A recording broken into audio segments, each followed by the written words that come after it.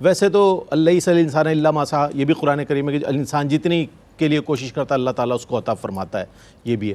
تو اب جو میرے پاس جو سوال ہے وہ بہت اہم ہے کہ رزق اور تقدیر اور محنت، ان میں ربط اور توازن کے حوالے سے ہم یہ جاننا چاہیں گے۔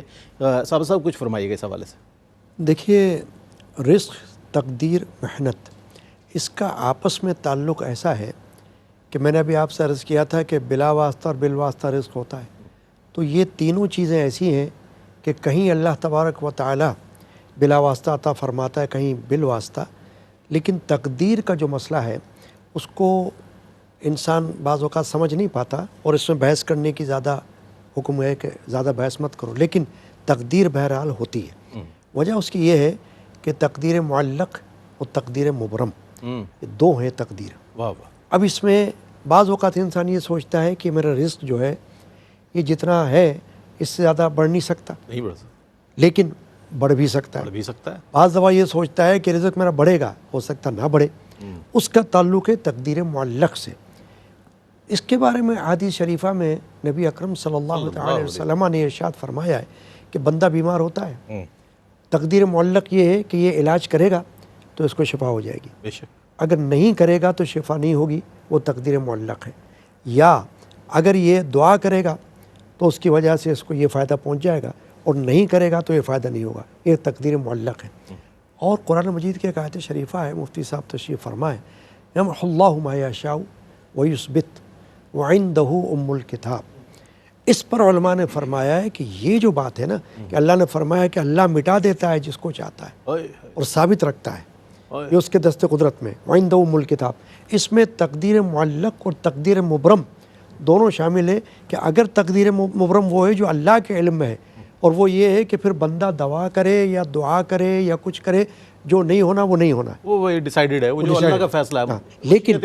لیکن اس پر ایمان بندے کا ہونا چاہیے۔ آپ نے تقدیر والا مسئلہ پوچھا ہے کہ اگر تقدیر معلق والی ہے تو سمجھیں کہ میرا بخت، میری قسمت، میری تقدیر بدل بھی سکتی ہے، اور وہ اللہ تعالیٰ ہی بدلنے والا۔ میرے خاندان کے صوفی بزرگ ہیں، ان کا کلام ہے جو مجھے بڑا پسند ہے، فرماتے بخت کیا فضل و کرم کے سامنے، بخت کیا فضل و کرم کے سامنے، رہ گیا فضل و کرم کے سامنے، پیش تھا لکھا میرا تقدیر کا، مٹ گیا فضل و کرم کے سامنے۔ کیا بات۔ تو یہ وہ بات آ گئی تقدیر والی کہ بندہ یہ سمجھتا ہے بھائی میرے تقدیر میں تو ہوگا نہیں، بھائی تقدیر میں تمہارے نہیں ہوگا، مگر تمہیں یہ نہیں پتا وہ تقدیر معلق ہے یا کون سی ہے۔ اگر تم وہ چیز کرو گے جو تقدیر معلق میں لکھی ہوئی ہے تو انشاءاللہ کایا پلٹ بھی جائے گی، اور اگر مبرم ہے تو نہیں پلٹے گی، یہ یوں ہے۔ پھر آئی بات محنت والی۔ اب محنت میں یہ ہے کہ اس کو اللہ تعالیٰ نے اس طرح رکھا ہوا ہے کہ دیکھیں دنیا ایک عالم اسباب ہے، عالم اسباب، بالکل۔ کوئی اگر یہ سمجھے کہ میں یہاں بیٹھ جاؤں اور مجھے آسمان سے گرے کچھ ملے، تو ایسا نہیں ہوتا ہے۔ ضرور وہ کوئی نہ کوئی ایسا سبب کرتا ہے جس کی وجہ سے اس کو اللہ تعالیٰ رزق عطا فرما دیتا ہے۔ یہ الگ بات ہے کہ اس کے گمان میں نہیں ہوتا کہ کہاں سے آئے گا، لیکن دے گا اللہ ہی۔ دیکھیے یہی وجہ ہے کہ کافر ہے، رزق اس کو بھی پہنچ رہا ہے، دنیاوی رزق ہے، حالانکہ وہ ایمان نہیں رکھتا ہے، لیکن رزق ملتا ہے اس کو، اور کبھی کبھی مسلمان سے زیادہ ملتا ہے، کیونکہ یہ دنیاوی رزق ہے، اس کا دروازہ اللہ نے سب کے لیے کھولا ہوا۔ اور جب محنت کرتا ہے بندہ تو اس محنت کے اندر یہ بات شامل ہے کہ اس محنت کی وجہ سے اللہ تبارک و تعالیٰ جتنا اس کو چاہے بے اندازہ بھی عطا فرما دیتا ہے۔ بعض لوگ کیا کرتے ہیں کہ وہ یہ کہتے ہیں بھائی ہم تو توکل والے ہیں، محنت کا کیا مسئلہ ہے، توکل ہے، اللہ پاک دینے والا ہے۔ توکل کا مفہوم غلط کر لیتے ہیں۔ توکل کا مفہوم یہ نہیں کہ تم محنت نہ کرو، تم محنت کرو رزق کے حصول کے لیے اور پھر نتیجہ چھوڑو اللہ پر، یہ توکل ہے۔ کیا بات، یہ نہیں ہے کہ تم یہ بولو میں کچھ نہیں کرتا ہوں، میں نہیں کچھ کرتا، تصاویر کا شکار ہے، گھر بیٹھے خود ہی آئے گا، خود ہی آ جائے گا۔ تو ایسا نہیں ہوتا، نہ یہ نظام اللہ نے بنایا ہے۔